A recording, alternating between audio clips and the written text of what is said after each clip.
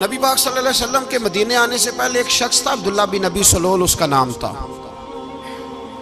تو مدینے والے لوگ اس کو اپنا پیشوا مانتے تھے، اوس بھی خزرج بھی، اس کی تاج پوشی بھی کی، بڑی اس کی منتا تھی۔ جب حضور آ گئے تو اس کا کاروبار بند ہو گیا۔ اب لوگ یہ نہیں سمجھتے کہ میں غلط ہوں، لوگ کسی کے مفادات کو ٹھیس پہنچتی ہے تو مخالفت کرنے لگ جاتا ہے۔ اب اس کے حالات جب خراب ہوئے تو اس نے پتہ کیا کیا، جھوٹ موٹ کا کلمہ پڑھ لیا۔ سمجھ آ رہی ہے باتوں؟ جھوٹ موٹ کا، اور منافقوں کا ایک ٹولہ اس نے تیار کر لیا جس کا قرآن مجید نے سورہ منافقون میں ذکر کیا۔ ایک جنگ کا موقع تھا، نبی پاک صلی اللہ علیہ وسلم تشریف لے گئے تو عبداللہ بن ابی سلول بھی چلا گیا۔ حضرت عمر فاروق رضی اللہ تعالیٰ عنہ کے ایک غلام تھے، وہ پانی لینے کنویں پہ گئے۔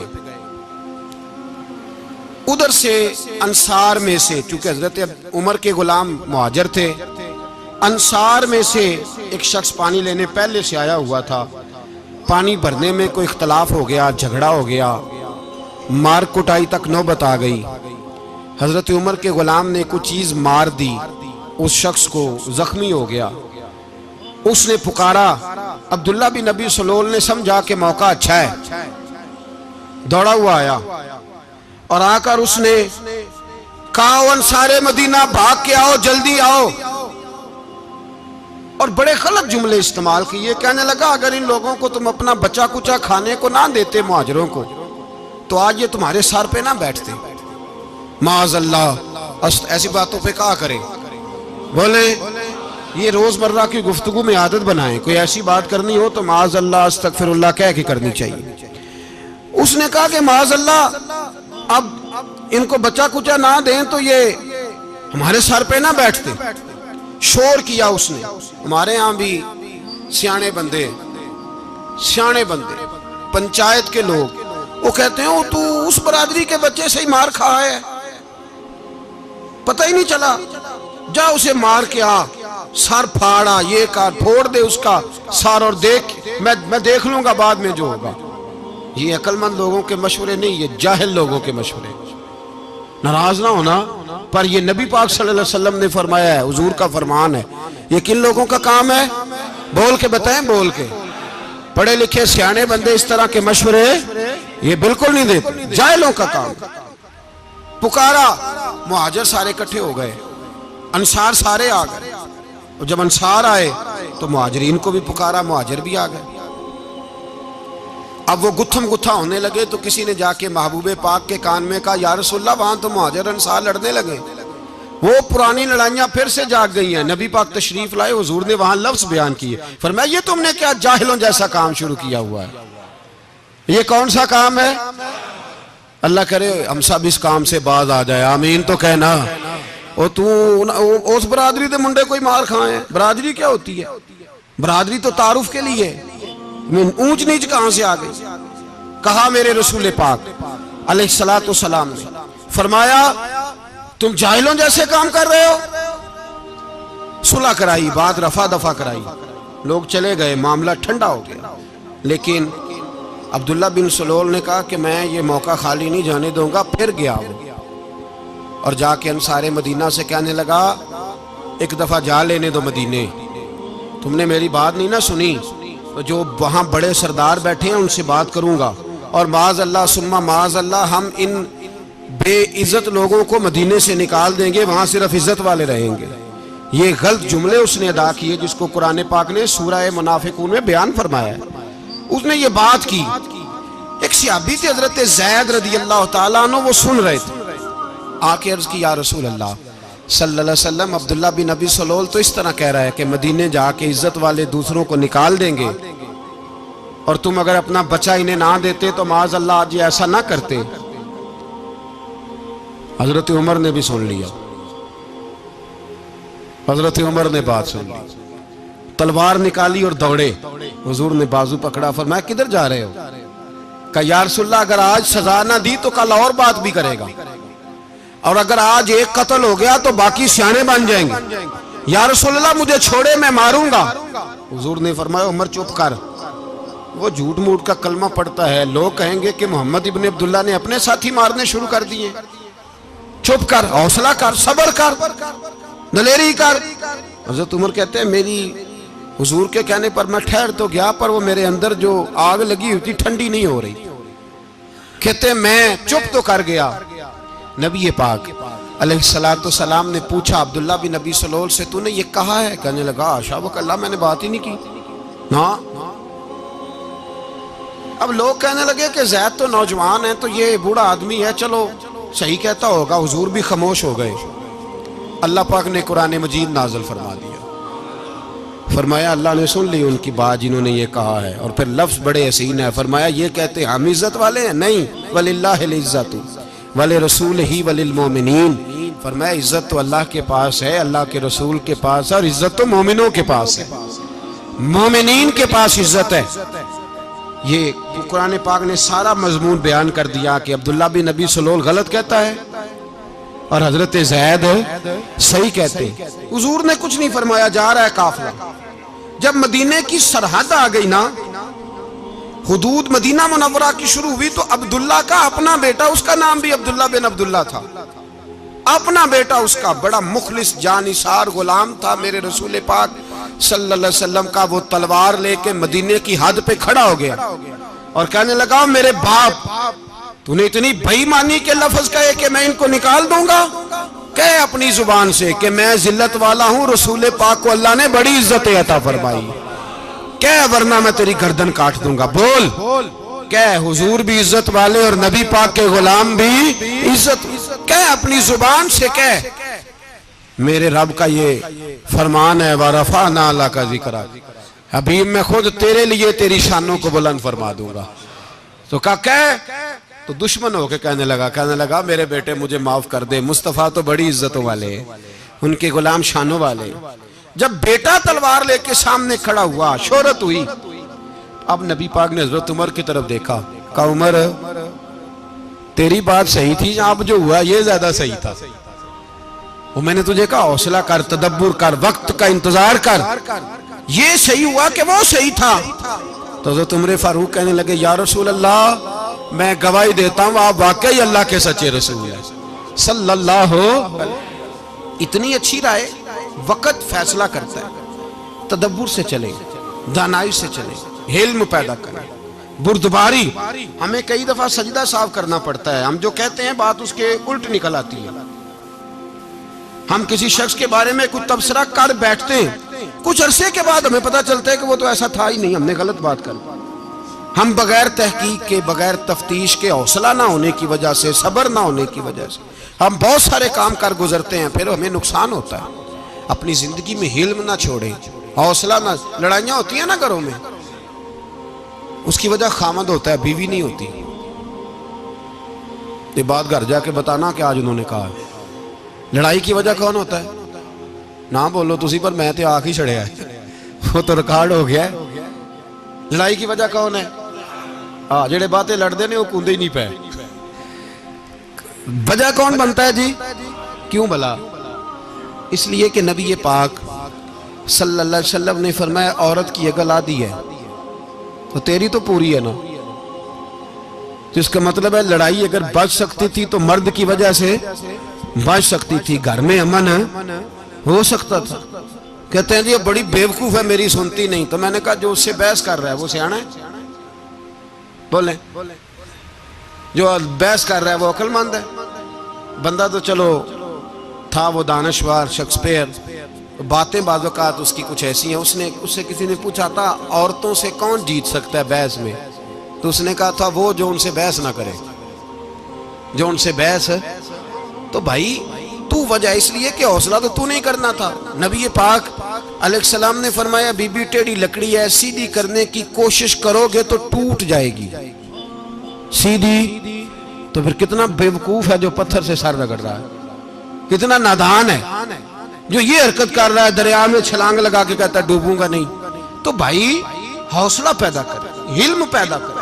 بہت ساری ایسی باتیں کرے کہ جس میں اشتعال آئے گا، فٹافٹ 3 لفظ طلاق کے دے دیے، اب بھاگا گیا مفتی صاحب کے پاس، اوہو 4 بچوں کا کیا بنے گا؟ اور یہ بات پکی ہے کہ بچوں کو صرف ان کی ماں ہی پال سکتی ہے، ان کی ماں۔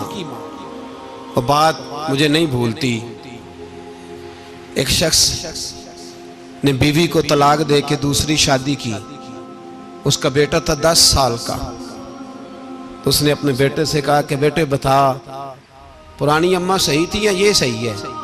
اس نے کہا نہیں ابا وہ تو جھوٹ بڑے بولتی تھی، یہ صحیح ہے. وہ جھوٹی تھی، وہ جھوٹ بڑے بولتی تھی میری سگی اماں، یہ سچ بولتی ہے. اس نے کہا وہ کیسے؟ کہنے لگا اس لیے کہ میں کوئی شرارت کرتا تھا تو میری سگی اماں مجھے تھپڑ مارتی تھی اور کہتی تھی تجھے روٹی نہیں دے رہی، جا دوڑ جا گھر سے. تو میں دوڑ جاتا تھا تو جھوٹ بولتی تھی نہیں دینی، پھر آدھے گھنٹے کے بعد مجھے ڈھونڈنے لگ جاتی تھی، ڈھونڈ کے لاتی تھی، پھر میری منت کرتی تھی، پھر مجھے کہتی تھی نہ مجھے ستایا کر، پھر میرا ماتھا چومتی تھی، پھر میری مرضی کا کھانا بنا کے دیتی تھی، پھر میرے منہ میں لقمے ڈالتی تھی. جھوٹی تھی، پہلے کہتی ہے نہیں دینی پھر پیچھے بھاگتی ہے. یہ سچی ہے، میں شرارت کرتا ہوں تو تھپڑ مار کے نکالتی ہے، پھر میں منتیں کرتا ہوں پر روٹی نہیں دیتی، پیر پکڑتا ہوں نہیں دیتی. سچ بولتی ہے، اپنی بات پہ ڈٹ جاتی. او بھائی بچے اس کی ماں ہی پال سکتی ہے، تو نے 3 جملے کہتے سوچا ہی نہیں، تیرا کا گیا تو یہ تو نئی بیوی ملے گی، اور اس کا بھی کیا گیا، اس کو بھی شاید شوہر مل جائے. ان پھولوں کی پرورش صرف ان کا مالی کر سکتا ہے، دوسرا کر سکتا تو نے حوصلہ ہی نہیں کیا. ٹھیک ہے غلطی بیوی کی تھی پر تو مرد تھا نا، تیرے پاس تو دلیری تھی. فٹافٹی 3 طلاق کے جملے کہہ دیے. اور میرے رسول پاک علیہ السلام نے فرمایا جائز کام بڑے ہیں پر طلاق جائز تو ہے پر میرے رب کو پسند نہیں، اللہ کو پسند. تو نے مالی بگا دیا جس نے تیرے گھر کا باغ سینچنا تھا. تو بھائی یہ حوصلہ نہیں، درجنوں طلاقیں، 20 کیس، اور ابھی وہ شادی کے پورے کپڑے نہیں پہنے تو طلاق پہلے. اس کی وجہ یہ کہ حوصلہ نہیں، صبر نہیں، رضا نہیں، ہم احساس نہیں کرتے.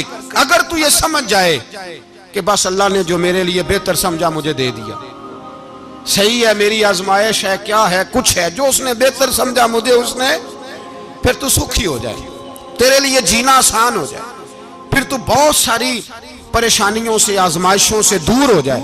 میرے نبی پاک علیہ السلام نے ہمیں حوصلہ کرنے کا حکم دیا، دلیری. 2-3 سال شاید پچھلے سال یا اس سے پچھلے سال حج کے موقع پہ نا ہمارے پاکستان میں تو بڑے بڑے انوکھے واقعات ہوتے ہیں. سننے سے کیا میں کہتا ہوں وہ عبرت کے لیے ہوتے ہیں. جعلی ویزے لگوا دیے حج کے کسی ایجنٹ نے، اللہ کے مہمانوں کو بھی لوگ لوٹ لیتے ہیں. معاذاللہ جعلی ویزے لگوا دیے. اور مزے کی بات یہ ہے کہ پاکستانی ایئرپورٹ سے گزر بھی گئے وہ ویزے والے، اور احرام باندھے لوگ جدے پہنچ گئے. 4 آدمی تھے، انہوں نے ویزا دیکھا تو کہا نقلی آپ کو واپس جانا پڑے گا. اگلی فلائٹ سے وہ لوگ واپس آئے. آپ مجھے بتائیے ان کی جب وہ چھوٹے چھوٹے کلپ آئے، میڈیا نے ان کی باتیں سنی تو ان کے آنسو نہیں تھمتے تھے. ایک آدمی احرام باندھ کے گیا ہے، معمولی سمجھتے ہیں آپ؟ میرے جیسا غریب آدمی کبھی اس نے ارادہ کیا اور مدینے جانے کا لیٹ ہو جائے تو کلیجہ پھٹنے کو آتا ہے.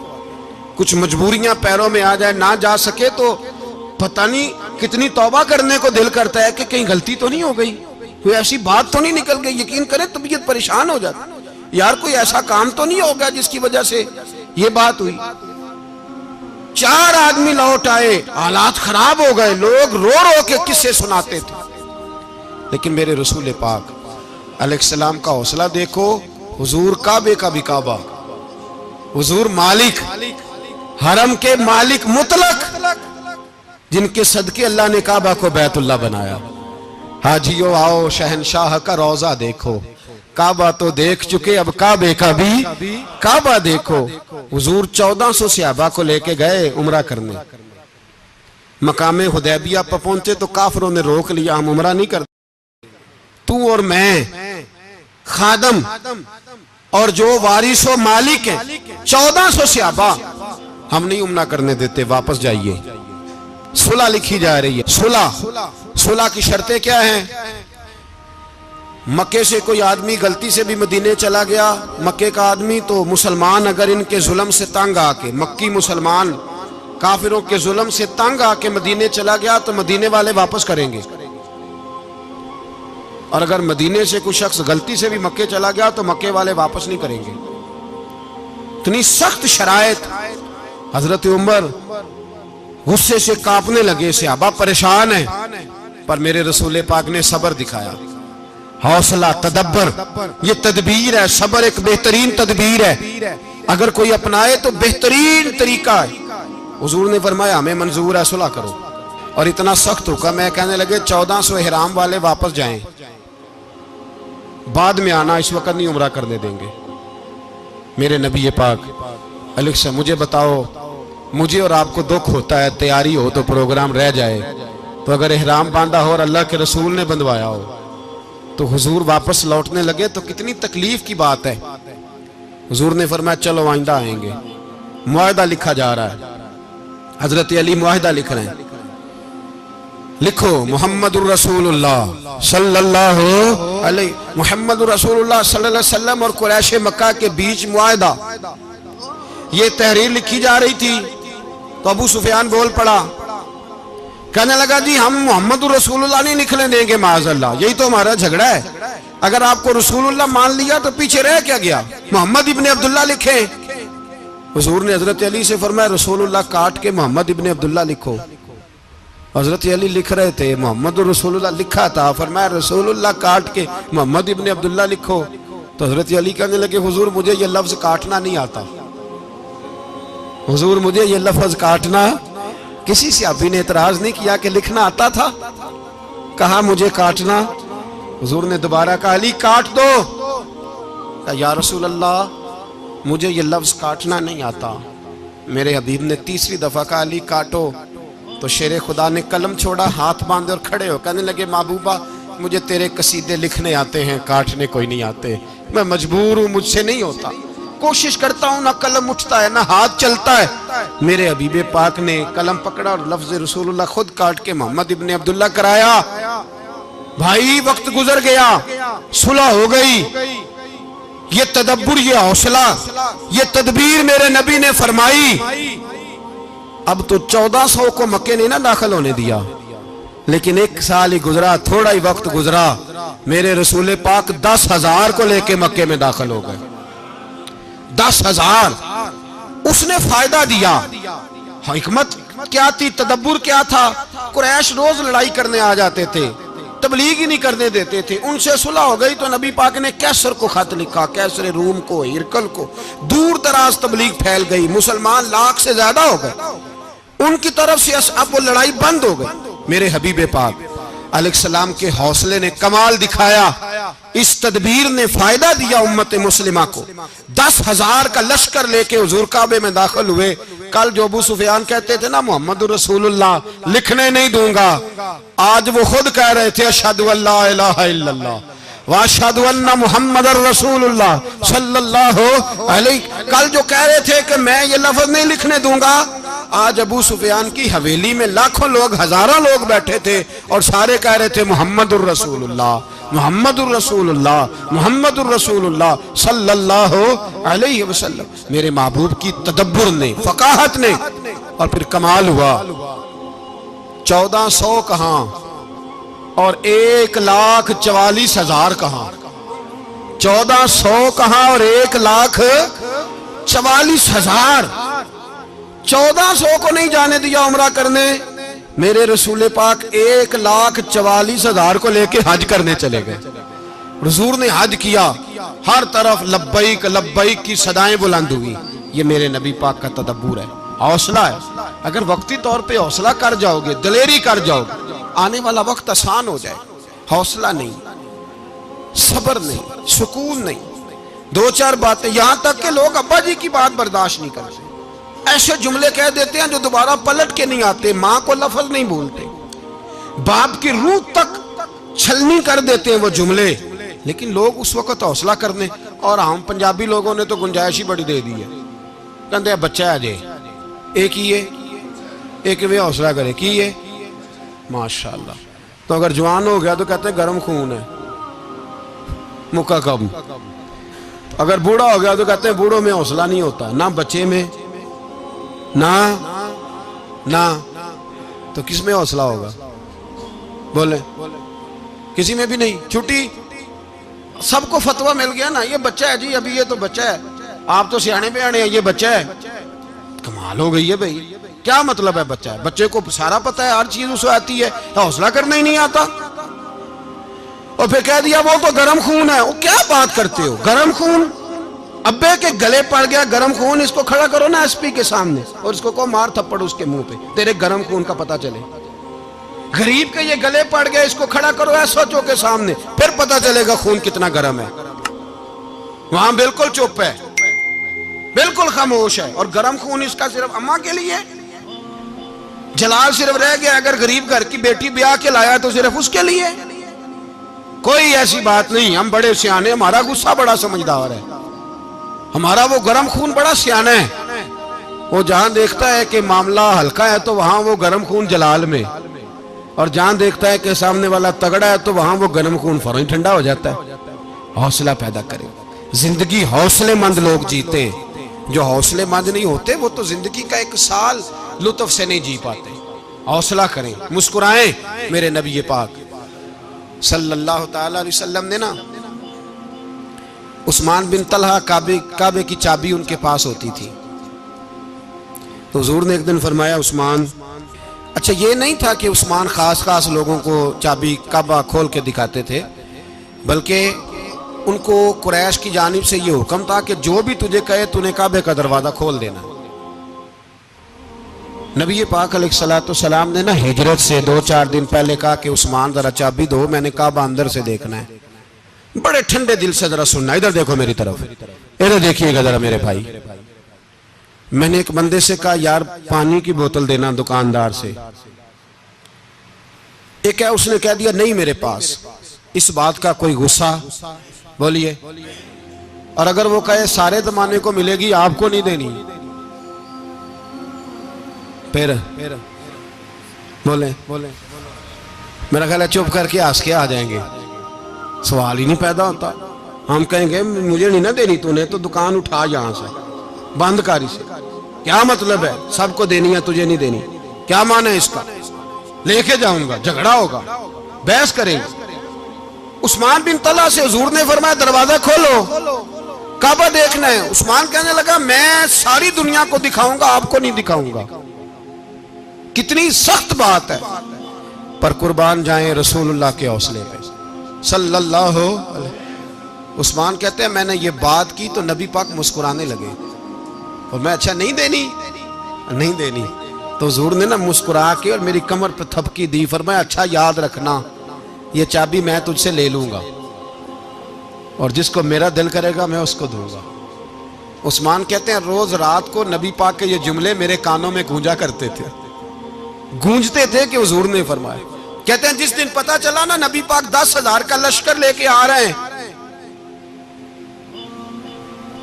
تو ابو سفیان میٹنگیں کر رہے تھے, مکے کے سارے سردار تیاری کر رہے تھے, اور میرے کانوں میں ایک ہی لفظ تھا کہ حضور نے فرمایا میں چابی لے لوں گا, پھر جس کو میں چاہوں گا اسے دوں گا. عثمان کہتے ہیں حد ہو گئی, وقت گزر گیا, حضور آ گئے, طواف فرمایا, اور طواف کے بعد میرے نبی پاک علیہ السلام نے فرمایا بلاؤ نا ذرا عثمان کو. عثمان کہتے ہیں میں چابی لے کے آیا تو دوسرا جملہ کوئی نہیں. ساڑھے نا کوئی بندہ مشورہ دے وہ دی نہ منیے, تے جے کام مونجو ہو جائے نا, جن جو نے مشورہ دیتا سی تے وہ نال ہی غوث پاک بن جاندہ ہے. تینوں آکھیا سی نا, فوراً ہی داتا علی اجویری ہو جاندہ ہے. وہ کہندے تینوں پتہ نہیں میں کٹا ولی اللہ, تینوں میں آکھیا سی میں نہ کر, اور بندہ پریشان ہوتا ہے کام الٹ ہو گیا, اور لاگوں آکھی جاندہ ہے ویکھو جی میں تے تانوں پہلوں ہی آکھیا سی. جی عجیب بات ہے, شیخ چلی کی طرح پیچھے پڑ جائے گا, میں نے تو پہلے ہی کہا تھا. او بس کر یار, اب تو خواجہ معین الدین اجمیری ہو گیا, بس کر. مشورہ ہی ہوتا ہے, کسی کا مل جاتا ہے اور کسی کا نہیں لیا جاتا. فوری طور پہ بندہ اٹھ کے نا تو ولایت کی 4تھی سیڑھی پہ چڑھ جائے گا, کہے گا میں تو اب دالے وقت ہوں, میں کتب دورہ ہوں, میں نے تجھے کہا نہیں تھا. اب بس کر یار, کئی دفعہ مشورے صحیح ہوتے ہیں, کئی دفعہ صحیح. بولیے نبی پاک صلی اللہ علیہ وسلم کی احد کے دن خواہش یہ تھی کہ اندر رہ کے لڑنا ہے. جوان صحابہ نے کہا باہر جا کے لڑائی کرنی ہے, حضور نے باہر جا کے جنگ کی. بظاہر مسلمانوں کو شکست ہوئی, حضور نے ایک دفعہ نہیں کہا کہ میں نے تمہیں کہا نہیں تھا اندر رہنا ہے, بس ہو گیا جو ہو گیا. اب اس میں فٹافٹ اگلے کو حوصلہ دو، کوئی عرض نہیں یار. نبی پاک سب بولیے صلی اللہ علیہ وسلم، میرے حبیب پاک علیہ السلام نے نا کہا عثمان کو بلاؤ. عثمان آئے تو عثمان کہتے میں نے چابی دی تو میں تیار تھا، میں تیار تھا کہ اب میری بات ہوگی اور رسوائی ہوگی. لیکن کہتے ہیں قربان جائیں مصطفیٰ نے تو یہ جملہ بھی نہیں کہا کہ میں نے تجھے کہا نہیں تھا، یہ بھی نہیں کہا. حضور نے چابی لی، کعبے کے بت صاف کیے، نماز پڑھی، واپس آئے. فرمایا عثمان میرا وعدہ تھا تیرے ساتھ کہ جس کو میں چاہوں گا چابی دوں گا، یہ لو چابی میں تجھے ہی دینا چاہتا ہوں، لے لو رکھ لو.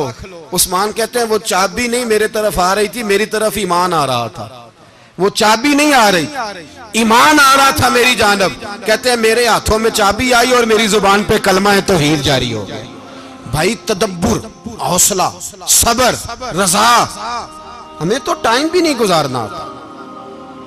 گھر کا ماحول، گھر کے اندر رہ کے لوگ دکھی ہیں، اس لیے کہ ہماری طبیعتوں میں حوصلہ نہیں، ایک منٹ کے لیے نہیں، ایک سیکنڈ کے لیے بھی ہم یہ برداشت نہیں کرتے کہ چلو تھوڑا انتظار کریں، وقت کو دیکھیں، موقع کو دیکھیں. میرے نبی پاک علیہ السلام پہ اتنی مصیبتیں آئیں کہ پہاڑ پہ آتی تو وہ ریزہ ریزہ ہو جاتے، لیکن کسی مقام پر بھی حضور علیہ السلام شکوہ کرتے نظر نہیں آتے. ہم غریبی کا رونا روتے ہیں، ہر چوتھا آدمی کہتا ہے بڑا غریب ہوں، لیکن میرے نبی پاک علیہ السلام نے چوتھے دن کھجور کھائی، سرکہ کھایا ہے اور موٹے بان کی چارپائی پہ آرام کیا. حضرت عمر نے کہا حضور کتنی تکلیف ہے؟ فرمایا عمر کوئی تکلیف نہیں، تھوڑا سا تو وقت ہے، جنت میں جائیں گے، ساری نعمتیں اللہ نے ہمارے لیے تیار کی ہوئی ہے. راضی بالرضا، راضی بالرضا، کوئی کسی قسم کا مسئلہ نہیں. ہمیں آزمائشیں آتی ہیں، تکلیفیں آتی ہیں، بیماریاں آتی ہیں، لوگ چھوٹی چھوٹی بات پر پریشان ہو جاتے ہیں، ذرا ذرا سی بات پر شکوہ کرتے ہیں. میرے رسول پاک علیہ السلام نے فرمایا جب میرا رب کسی کو بیمار کرتا ہے تو 2 فرشتوں کو بھیجتا ہے، جاؤ میرے بندے کی تیمارداری کر کے آؤ. اللہ اکبر، خود رب بھیجتا ہے، جاؤ میرے بندے کی. تو مجھے بتائیے جب اللہ بھیجے تو پھر تندرست خوش نصیب ہوا کہ بیمار؟ جی تندرست پھر خوش نصیب کون ہوا؟ میرے نبی پاک صلی اللہ علیہ وسلم نے فرمایا رب 2 فرشتے بھیجتا ہے، فرماتا ہے پتہ کر کے آؤ میرے بندے کا اس کا کیا حال ہے، حالانکہ اللہ سارا ہی جانتا ہے. فرشتے آتے ہیں، واپس جاتے ہیں، رب کریم پوچھتے ہیں بتاؤ میرا بندہ کیا کہتا تھا؟ اللہ تجھے سارا ہی پتہ ہے، پر ہم سے پوچھتے تو بتا دیتے ہیں. وہ یہ کہتا تھا کہ میں اپنی رب کی رضا پہ بڑا ہی راضی ہوں. وہ تیری حمد کر رہا تھا، تیری تعریف کر رہا تھا، تیرا شکر کر رہا تھا، تیرے لیے کلمات حمد بیان کر رہا تھا. تو میرے نبی پاک علیہ السلام فرماتے ہیں، اللہ فرشتوں سے فرماتا ہے سنو پھر اگر میں اپنے بندے کو اس بیماری میں شفا دوں گا تو اس تندرستی سے زیادہ اچھی تندرستی دوں گا جو پہلے اسے عطا کی ہوئی تھی، پہلے سے اچھی صحت دوں گا. اور اگر اسے اس بیماری میں موت دوں گا تو پھر مرتے ہی اس کے لیے میں جنت کا فیصلہ فرما دوں گا. بھائی جب تو راضی بالرضا رہتا ہے، راضی بالرضا، بڑی سادی سی بات ہے بھائی. آپ گھر گئے روٹی مانگی تو اگر کسی نے کہا نا کہ اتنی تھکاوٹ ہے ٹائم پہ آیا کریں اس وقت، تو روٹی تو وہ بھی مل گئی پر اس میں لذت، وہ سکون نہیں، وہ سکون نہیں. میری اماں جی سالن پکا کے رکھ لیتی تھی تو روٹی جب بھی کوئی مانگتا تھا تو تازی بنا کے دیتی تھی، ان کی طبیعت تھی. تو میں اکثر ان سے کہتا کہ اماں جی پکا کے رکھ دیا کرو. تو کہتے تمہیں خوشی نہیں ہوتی جب تمہاری اماں تازی پکا کے دیتی ہے؟ خوشی ہوتی ہے، طبیعت میں خوشی ہوتی ہے. ان کا مزاج تھا، ذوق تھا، تو ہم سمجھتے تھے یار یہ بڑی سعادت کی بات. تو آپ گھر گئے رات کو تو گھر والوں سے کہا روٹی، تو فوراً اٹھے فوراً، اور انہوں نے کھانا تازہ بنایا اور ساتھ یہ بھی کہا باہر سے نہ کھایا کرے بندہ بیمار ہو جاتا ہے. کتنی ٹھنڈک پہنچتی ہے آدمی کے دل کو، سکون ملتا. تو بھائی بیماری تو آپ نے کاٹ لی لیکن ساتھ کہو ہو بڑا بیمار ہوں، میں نے تو اتنے گناہ بھی نہیں کیے، ظلم بھی نہیں کیا، کسی کو کچھ بھی. اب بیماری تب بھی کٹ گئی پر بڑی آزمائش، مریض ڈاکٹر کے گلے پڑ رہا ہے، اس کے لواحقین جھگڑے کر رہے ہیں، بیماری وہ بھی کٹ گئی. اور ایک بیمار وہ ہے جو چارپائی پہ لیٹا ہے اور کہتا ہے جس طرح میرا اللہ راضی اسی طرح میں بھی راضی.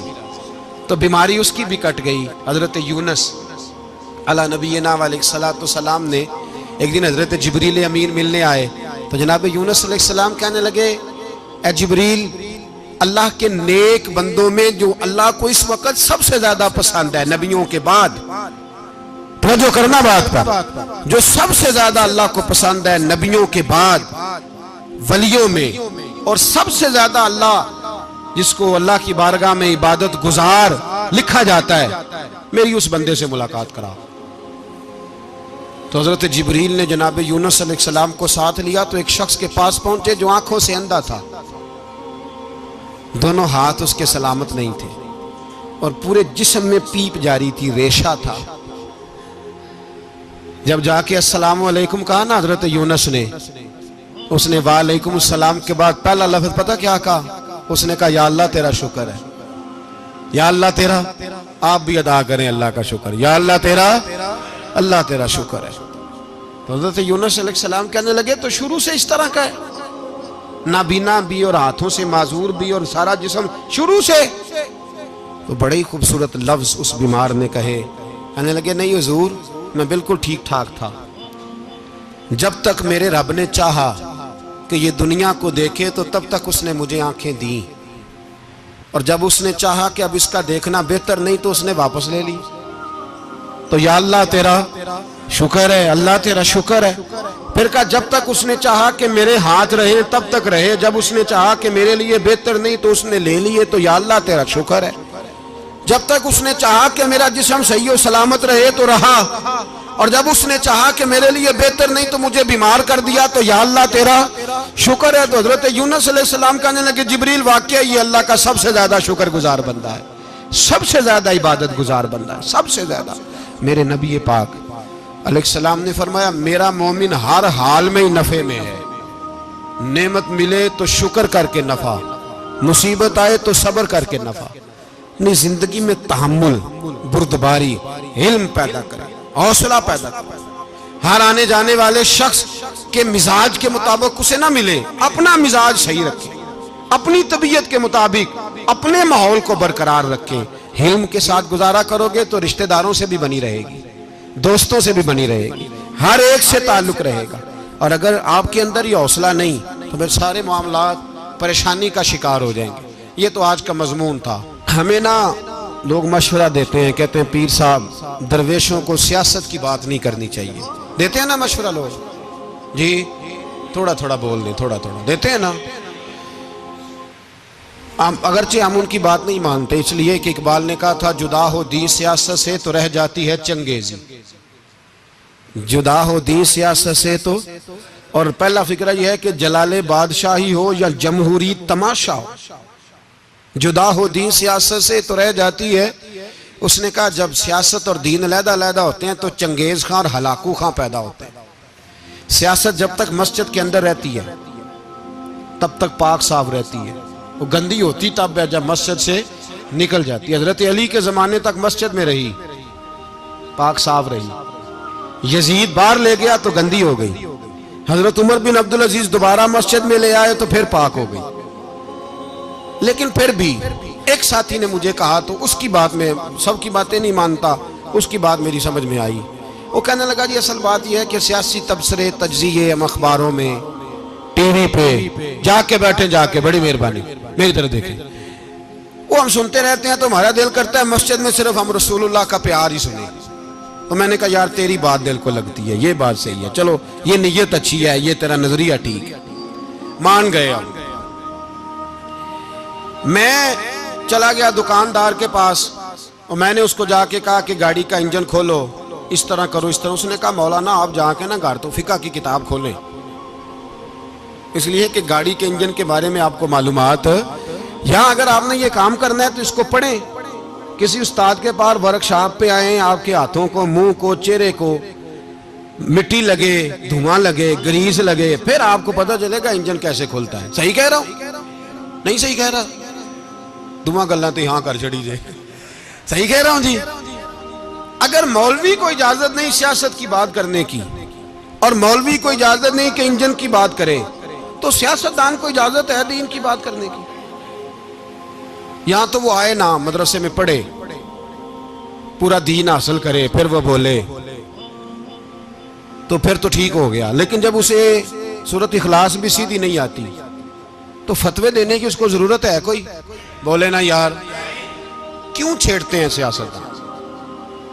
ہم نہ پچھلے جمعے جلوس نکالنا چاہ رہے تھے ختم نبوت کی ترمیم کے حوالے سے، حکومت وقت نے کہا کہ ہم واپس لیتے ہیں، تو میرے بہت سارے دوستوں نے کہا جی نکالنا چاہیے، انہوں نے کیا کیوں؟ میں نے کہا یار لوگوں کو بھی پریشان نہیں کرنا چاہتے، ہماری اپنی سڑکیں ہیں، کسی کو بس ٹھیک ہے، انہوں نے واپس لے لی تو بات ختم ہو گئی، ہم مان گئے، تسلیم کر لیا۔ اتنا ہمارا مطالبہ ہے کہ اس آدمی کو ضرور سزا دو جس نے یہ ترمیم کی ہے، لیکن ہم نہیں کرتے، کوئی نہیں نکلے، نہیں نہ نکلے بولے ہیں۔ تو وزیر قانون صاحب کو کیا مصیبت بنی ہوئی ہے نیا فتویٰ دینے کی؟ کہ ہے کوئی شوق انہیں دینا چاہیے فتویٰ؟ کہتے نہیں مرضیوں میں ہمارے درمیان تھوڑا ہی فرق ہے۔ مجھے یوں لگتا ہے کہ یہ جان بوجھ کر کوئی نہ کوئی ایسی شرارت کرتے ہیں جس سے لوگ اشتعال میں رہیں، جان بوجھ۔ حلم، حوصلہ، صبر ذات کے بارے میں تو ہے، لیکن اگر کوئی رسول پاک کی بے ادبی کرے تو پھر حوصلے کی بات ہے ہی نہیں، پھر تو جہاد کی بات ہے۔ اور میں دیانتداری سے مسجد میں باوضو بیٹھ کر جمعے کے دن مشورہ دیتا ہوں حکومت کو اور وزیر قانون کو مشورہ دیتا ہوں کہ نہ فرعون کی حکومت ساری زندگی رہی، نہ نمرود رہا، نہ جاج بن یوسف رہا، نہ یزید رہا، اور یار درباری بن کے حکمرانوں کی چاپلوسی کرتے کرتے تم یہاں تک آ گئے ہو کہ اب نبی پاک کی عزت کو ہاتھ ڈالنا شروع کر دیا ہے۔ اور آپ یقین کریں سیاسی جماعتوں کا اتنا برا حال ہے کہ ان کے لیڈر کے بارے میں کوئی بات کرے تو پاگل ہو جاتے ہیں یہ احتجاج کر کر کے، اور اس نے ڈائریکٹ کہہ دیا کہ ختم نبوت کا مسئلہ ہی کوئی نہیں، جو دین کی بنیاد ہے، کسی کو پرواہ نہیں۔ مجھے تو ان لوگوں کی فکر ہو رہی ہے جن لوگوں نے انہیں ووٹ دیے ہیں، وہ اللہ کو کیا جواب دیں گے؟ اور یہ اللہ ماشاءاللہ ساری سیاسی جماعتیں اس طرح کی۔ اور میرا وزیر قانون صاحب کو بھی مشورہ ہے کہ زندگی بڑی تھوڑی ہے، بڑی تھوڑی، اللہ سب کو معاف کرتا ہے، اپنے رسول کے غداروں کو معاف نہیں کرتا۔ اور یہاں تمہاری گاڑیوں پہ جھنڈے لگے ہوئے ہیں، وہاں بھی تمہارے جھنڈے لگیں گے، پر اس لیے لگیں گے کہ یہ غدار ہیں ناموس رسالت کے، یہ جھنڈے لگیں گے۔ شرم کرو اور ڈر جاؤ، بس کر دو، تمہارے منہ میں اب دانت پورے نہیں رہے۔ کوئی شوگر کا مریض ہے تو کوئی بلڈ پریشر کا، تو کوئی ہارٹ کا، تو کوئی کینسر کا۔ شرم کرو اور اپنی قبر کی بھی تھوڑی سی فکر کرو۔ بتاؤ پاکستان کے کتنے صدر گزرے، وزیر اعظم گزرے، تو ان کی قبریں کہاں ہیں؟ کوئی جاتا ہے ان کی قبروں پہ؟ کسی کو خبر ہے؟ کیوں اپنے لیے جہنم کٹھی کرتے؟ سارا کچھ دنیا داری رہ گئی ہے، سارا کچھ صرف یہی رہ گیا۔ حضرت ابو بکر سردار تھے، حضرت عمر سردار تھے قبیلے، حضرت عثمان سردار تھے، انہوں نے سرداریوں کو ٹھوکر مار کے رسول اللہ کے قدموں میں بیٹھنا پسند کی، سرداریاں چھوڑ کے غلام بن گئے۔ تم سرداریاں بچانے کے لیے رسول اللہ کی غداری کرتے ہو، شرم نہیں آتی؟ اور قوم شکوہ ہے مجھے ان لوگوں سے جو مولوی تو کہہ دیتے ہیں تو سیاست نکار، اور کسی سیاستدان کو منع نہیں کرتے کہ جب تجھے سورت فاتحہ بھی نہیں آتی تو تجھے کس نے اجازت دیا اتنی بڑی بات؟ اور میں نے پچھلے سے پچھلے جمعے بھی کہا تھا، پھر کہتا ہوں اور آن دی ریکارڈ کہتا ہوں، مرزائی کل بھی کافر تھے، آج بھی کافر، اور قیامت تک، اور جو ان کے کفر میں شک کرے وہ بھی، اور پکا بے ایمان ہے، کافر ہے۔ وہ وزیر قانون ہو یا صوبائی ہو یا وفاقی ہو، من شک فی کفر ہی فقط کفر، جو مرزائی کے کفر میں شک کرے وہ بھی کافر ہے۔ ہمارے رسول آخری رسول ہے، ہم کسی کو یہ اجازت نہیں دیں گے کہ وہ ختم نبوت میں رکھڑا ڈالنے کی کوشش کرے، ہم کسی کو یہ اجازت ہے۔ اور تم نے قوم کو لوٹا، لوٹتے رہو، اب ایمان پہ ڈاکے تو نہ ڈالو۔ تمہیں دولت لوٹ کے پیٹ نہیں بھرا، اب ایمان لوٹنا شروع کر لیا ہے۔ تمہارا فیکٹریاں لوٹ کر، قومی خزانہ لوٹ کر پیٹ نہیں بھرا، بھائی مانو اب دین بیچ کر اپنی حکومتیں پکی کرو گے۔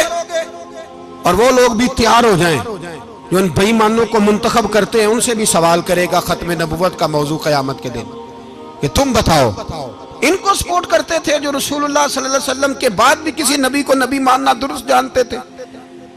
شرم آنی چاہیے، خیال ہونا چاہیے۔ اور میں نے کہا کہ ہمارا دل نہیں چاہتا، آپ یقین کریں، ہمیں شوق ہے جلوس نکالنے کا، تمہارے خلاف باتیں کرنے کا۔ تم نے روز تھرمامیٹر نکالا ہوتا ہے، چیک کرتے ہو کہ ایمان کتنا ہے کتنا نہیں ہے۔ یہ پاکستان اگر صوبہ سندھ ہے تو وہ حضرت عبداللہ شاہ غازی کا ہے، اگر بلوچستان ہے تو حضرت بابا عبد الرحمان کا ہے، اور اگر پشاور ہے تو وہ صوفیاء کا ہے، اور اگر یہ دھرتی پنجاب ہے تو یہ داتا علی اجویری کی ہے، یہ بابا فرید الدین کی ہے۔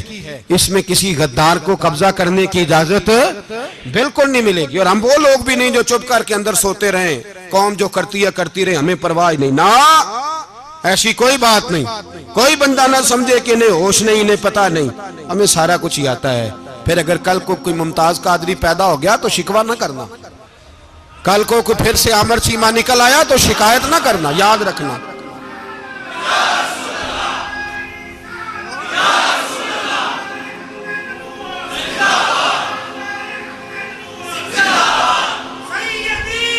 تو میرے بھائی کھل کے بولے یا نبی رسول کے صلی اللہ۔ تو یہ مشورہ،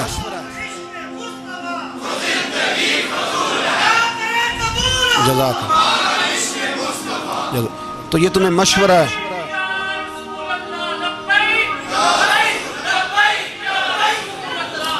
میری بات سنیں، یاد رکھیں، یہ لوگ بعد میں پچھتاتے ہیں، پھر مناظرے کراتے پھرتے ہیں، اس نے صحیح کیا کہ غلط کیا، پھر انہیں ہوش آتی ہے بعد میں، پھر ان کے حواری نکل نکل کے میدانوں میں دلیلیں دیتے ہیں۔ اس لیے ہمارا مشورہ ہے انہیں کہ یہ اپنی حد میں رہیں، اور جو کام تمہارے ذمہ، میں نے کہا نا تم نے بڑا لوٹا، یہ قوم روز تمہیں موقع دیتی ہے لوٹنے کا، یہ موقع دیتی ہے، تو تم نے دولت لوٹ کے پیٹ نہیں بھرے، اب ایمان لوٹنے کے چکر میں آ گئے ہو۔ یاد رکھو، مسلمان گناہگار ہیں، غدار نہیں ہیں۔ تمہیں دولت لوٹنے کا تو شاید موقع مل گیا ہے، پر ایمان لوٹنے کا موقع نہیں ملے گا، تو اس لیے اس کو لگام دو۔ اور ویسے بھی کتا جو پالتو ہوتا ہے نا، اس کو گھر کے اندر سنگلی سے باندھ کے رکھنا چاہیے۔